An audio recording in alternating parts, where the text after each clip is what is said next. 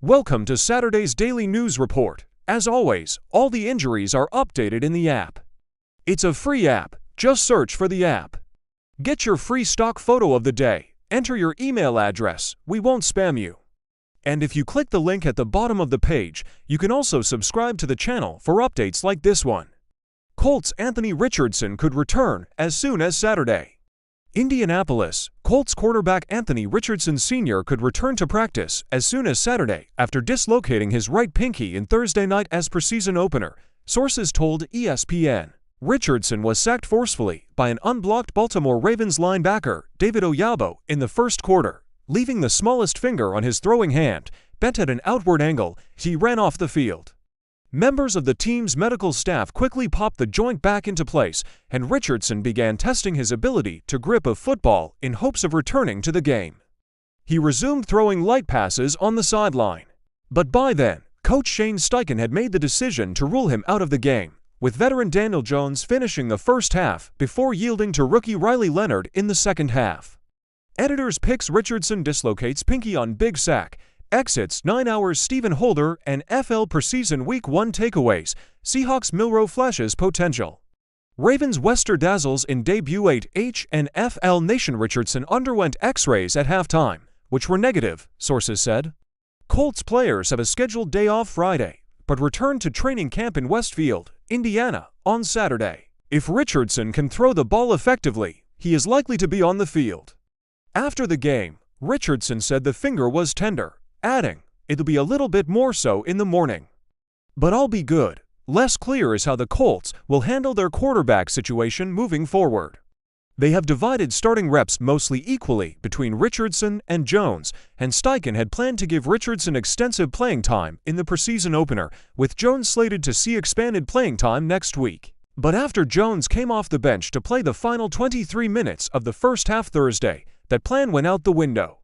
Richardson completed 2 of 3 passes before his injury. Jones entered and completed 10 of 21 passes for 144 yards. Cowboys Rob Jones out for 2025 after breaking bone in neck oxnard. Caliph. Rob Jones' first season with the Dallas Cowboys has come to an end in training camp. After Jones suffered a broken bone in his neck July 28 in the first padded practice, the Cowboys placed the guard on injured reserve Friday. Jones was given a 2 to 3 month recovery period, but his return to the field was never certain, so the Cowboys opted to place him on injured reserve. He would have been eligible to return this season had he been on the roster until the final cuts later this month. Jones signed a 1-year deal with the Cowboys worth $3.75 million and with $3 million guaranteed. At the time of his injury, he had seen some first-team action, but was likely going to back up rookie Tyler Booker at right guard. Cowboys head coach Mike McCarthy said the team will make a decision on a replacement for Jones after Saturday's practice. Jones started 30 of 49 games in 4 years with the Miami Dolphins before joining the Cowboys. The Cowboys signed running back Malik Davis to take Jones' roster spot. Davis was released by the Cowboys in April after spending most of the past 2 seasons on the practice squad. With Miles Sanders missing time with a bruised knee and Deuce Vaughn only now coming back from a hamstring strain, the Cowboys needed running back help. On Thursday, rookie Jaden Blue suffered an ankle injury in practice, leaving the Cowboys with just 3 fully healthy runners, Javonte Williams, Phil Mafah, and Hunter Luepke. Mike McDaniel breaks up Dolphins-Bears skirmish in joint practice, Miami Gardens. Miami Dolphins coach Mike McDaniel broke up a skirmish during the team's practice with the Chicago Bears, one of 3 fights that occurred in Friday's session. The fight happened during red zone drills toward the end of practice when Dolphins wide receiver D. Eskridge and Bears safety Kevin Byard exchanged shoves after a play. While that dissipated quickly, Dolphins center Aaron Brewer and Bears cornerback Tyreek Stevenson got into a shoving match, which Eskridge re-entered, prompting more teammates from both sides to join in. While Eskridge was carried out of the scrum by Tyreek Hill, who did not practice Friday, McDaniel ran into the middle of the pack of players, yelling at them to stop. Dolphins safety Minkah Fitzpatrick wasn't aware of McDaniel's involvement until his news conference after practice and instinctively said "oh no" when told. "I think that's very dangerous. We need our head coach, you know what I'm saying." Fitzpatrick said, "We don't want him to get hurt, so I appreciate it." But I think we could get separated ourselves. McDaniel has made clear to players his disdain for fighting at practice, and Bears coach Matt Eberflus said before practice that his players knew the consequences if they fought. Dolphins offensive lineman James Daniels explained their coach's perspective after practice. "He thinks fights are a waste of time. We're here to practice, you know what I'm saying," Daniels said. "If you throw a punch in a game, you're gonna get ejected." So that's how he's looking at it, and we're really the same way. We're not trying to fight, we're just trying to practice, go against each other, get some good looks, and then go home. There was another incident Friday where Dolphins linebacker Jordan Brooks had to be separated from an unidentified teammate on the sideline. Brooks, one of the Dolphins' leaders in the locker room, is someone who holds his teammates accountable, Fitzpatrick said, and sometimes emotions might boil over. "He's another guy that's passionate about the game. He loves the game," Fitzpatrick said. "Even today, he was holding people to a high standard, and it becomes confrontational, but I think that's necessary when you do anything to a high standard. He's a guy that I appreciate playing with, and he's another guy whose energy is infectious and great for our team." The Dolphins play the Bears at Soldier Field in both teams' preseason opener Sunday at 1 p.m. ET. Texans Jimmy Ward arrested on bail violation. Lawyer says Houston Texans safety Jimmy Ward was arrested Thursday evening for the second time in 2 months.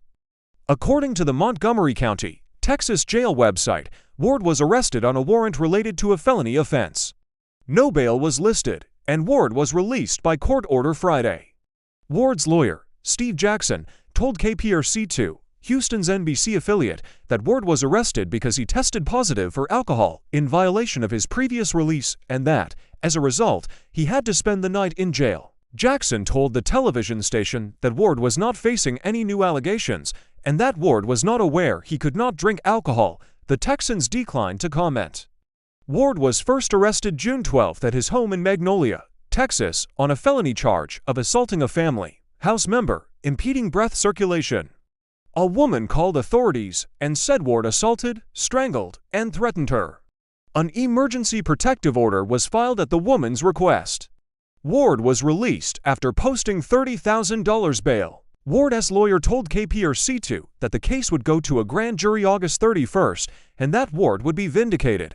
The NFL said in June that it was aware of Ward's arrest and was in contact with the Texans. Houston general manager Nick Caserio, asked about Ward's initial arrest on the first day of training camp, said the team would kind of let the legal process take care of itself. "We will work with the league. We will be compliant on our end, do the best we can," Caserio said. "Whatever the outcome is, we'll handle it accordingly." Ward was put on the Texans' physically unable to perform list because of a foot injury to start training camp and has not been activated. Ward, 34, signed a 2-year, $13 million contract with the Texans as a free agent in 2023 after spending his first 9 seasons with the San Francisco 49ers. He joined DeMeco Ryans in his first season coaching in Houston after the two had worked together in San Francisco from 2017 to 2022. In 2023, Ward played 10 games and had an interception. The Texans gave him a 1-year extension in August. But his season was cut short when he sustained a significant foot injury in Week 16 against the Kansas City Chiefs. Saints CB Sauce Gardner questionable with hamstring injury. New Orleans Saints cornerback Sauce Gardner is questionable to play in Sunday's preseason game against the Los Angeles Chargers due to a right hamstring injury that he sustained in Thursday's practice. Coach Dennis Allen said Friday that while Gardner is improving, they'll see how he does in a few days before making a decision. Allen added that he doesn't expect Gardner to play a lot, even if he is able to go. Gardner was selected as the 4th overall pick in the 2023 draft. And after missing the first 4 games of last season due to suspension, he went on to start the remainder of the regular season games. He finished the year with 40 tackles and 8 interceptions. Raiders' Yannick Ngakoue doubtful with back injury. Las Vegas Raiders defensive end Yannick Ngakoue is doubtful for Sunday's game against the Dallas Cowboys with a back injury. Coach Josh McDaniels said Friday that Ngakoue has had back spasms and didn't practice all week. Ngakoue led the Raiders with 8 sacks last season, his first with the team after signing a 2-year deal in free agency. Jaguars signed CB Greg Ward Jr., waived Andre Cisco Jacksonville, Fla. The Jacksonville Jaguars signed cornerback Greg Ward Jr. on Friday, 2 days after he impressed coaches during a tryout. To make room for Ward on the roster, the Jaguars waived safety Andre Cisco. Ward, 23, originally signed with the Cleveland Browns as an undrafted free agent out of Oklahoma in 2023. He spent time on the active roster and the practice squad before being waived in November. He was claimed off waivers by the New York Giants, where he spent the rest of the season on the practice squad.